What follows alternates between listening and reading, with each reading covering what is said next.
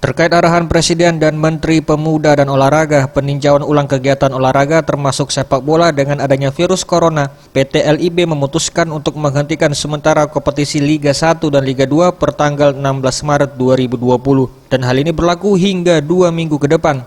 Adapun pihak manajemen Sriwijaya FC mendukung dengan adanya keputusan ini mengingat untuk kepentingan orang banyak.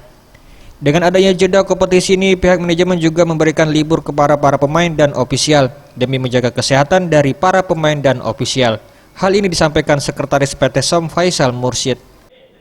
Kalau dari manajemen Sriwijaya FC mendukung, ini kan untuk kesehatan pemain, ofisial, penonton semuanya yang terlibat di dalam suatu pertandingan tersebut, termasuk panitia, keamanan dan semuanya.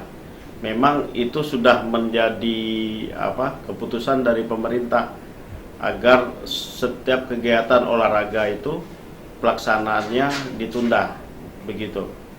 Ya, mengingat ini masalah ini case corona ini sedang berkembang dan kompetisi ditunda 2 minggu dan untuk demi kesehatan, keselamatan pemain dan ofisial, manajemen Sriwijaya FC meliburkan pemain gitu. Ditambahkan Faisal, libur yang diberikan manajemen ini tentunya tetap berlatih di rumah dan menjaga kesehatan masing-masing. Eza PM, Sriwijaya TV.